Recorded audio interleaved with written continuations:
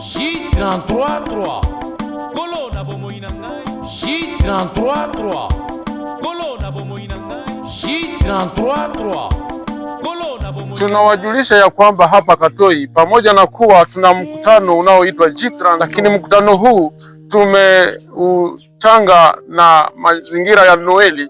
Tuko tunasoma mambo ya Noeli, namna gisi Kristo amezaliwa, tukichanga na J33. Wapendwa, hasa jeudi ni mpango maalum ambamo hapo tutafata somo za Noeli, lakini pia watoto wale ambao bado hawajabarikiwa tutawafanyia ibada ya dedikase. Njoni nyote ili tushukuru na tushuhudu Mungu wetu ambaye ameokoa dunia hii. Mwokozi amezaliwa. Asante sana.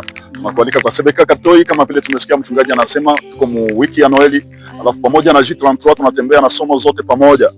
Somo za kuzaliwa kwa Yesu Kristo. Tumezungumzia pia juu ya unabii kuhusu Yesu Kristo, namna Isaya alivyosema katika Isaya sura 9 na verse yake ya 6. Tunaendelea pamoja na somo za Noeli.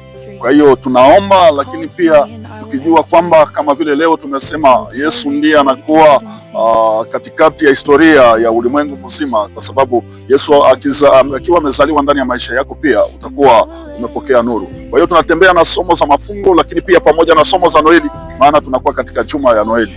Mungu akubariki kufuata somo hizi, lakini kikubwa Yesu akuwa amezaliwa pia katika maisha yako. Asante, ubarikiwe na Bwana. Amen. Basi tunasema asante, mumeweza kusikiliza wachungaji baada ya kuweza kualika katika mkutano huu wa J33, alafu muweze kujiandaa vilivyo ili sifa na heshima zimrudilie Mungu. Mungu akubariki. J33 telefone ya molimo J33 Jeremie 33